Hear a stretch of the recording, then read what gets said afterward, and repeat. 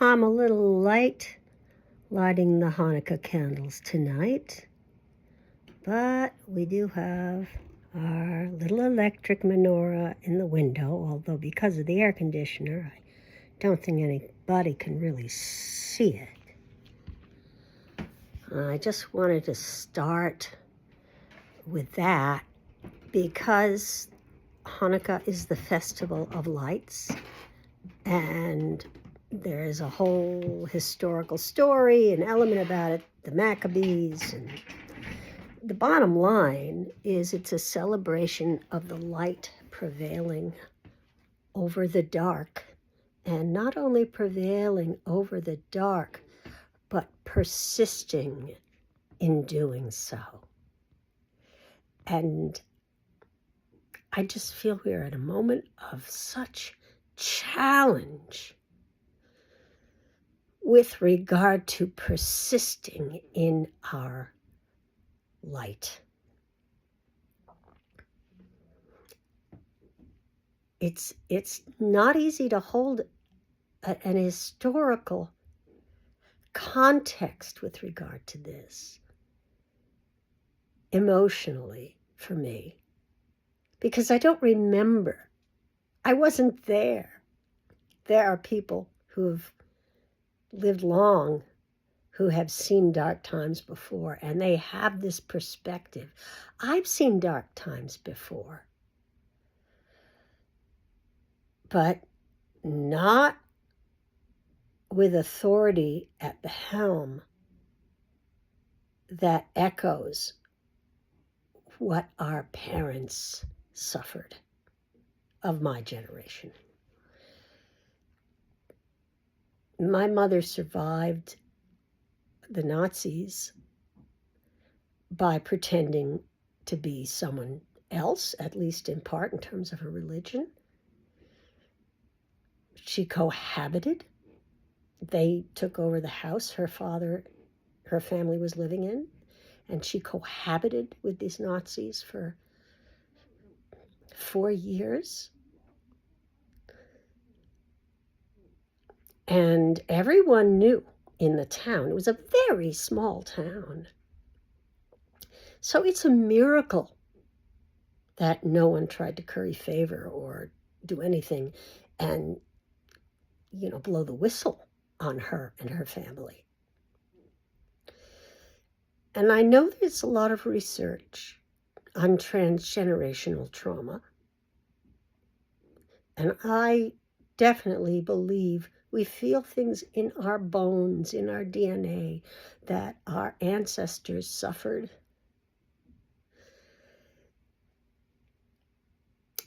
And so the events of October 7th, the aggression perpetrated on people of color and people from other countries who were just trying to survive by this administration, the unchecked, normalized viciousness of verbiage in the wake of national grief over these two Jewish artists, giants of their industry, by this supposed father figure in chief. This is all real and unprecedented to me. So I think Hanukkah is an opportunity to remember it's ancient stuff. We're not the first to have to bear the light and the weight of the darkness we're trying to dispel. We're not the first. And it's impossible, I think, to feel like you're ever doing enough. So take care of yourselves, my friends. I would say take care of yourselves, but don't hide. You know, self-care is not the act of denial and hiding out from. We take refuge to reemerge again. I hear my son coming out. He has no idea I was about to do this, so hi, my darling, I'm recording something. We must take refuge. We must rest to proceed again and again and again. There was an interesting meme on Facebook that I shared of a parallel that was made between the work of Lena Riefenstahl, I believe, and correct me if I mispronounced it, in celebrating Hitler and the creating that a moving documentary of the Third Reich, which was a precursor to the ensuing Holocaust, and The Apprentice, the television show The Apprentice, and that is a precursor to the rise of Donald Trump.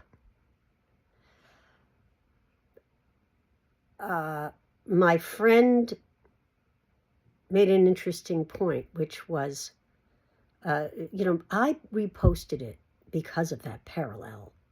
The person I reposted it from made some aesthetic judgments about The Apprentice.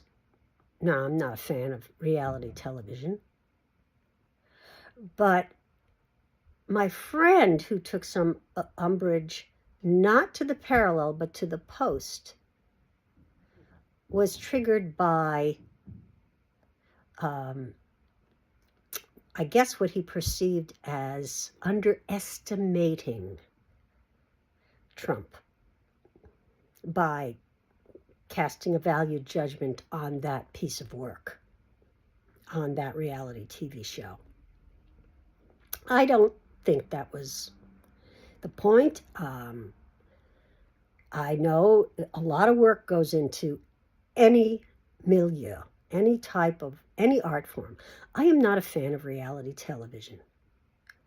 I've never been a fan of Donald Trump. But I think the idea is we must stay aware that there is, whether you think he's a smart guy or not,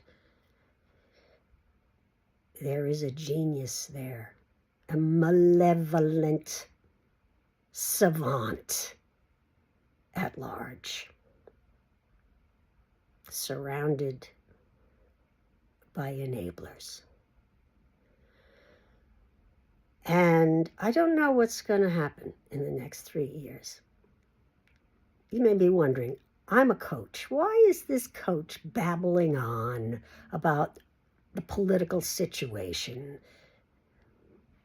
Well, because we're all swimming in it.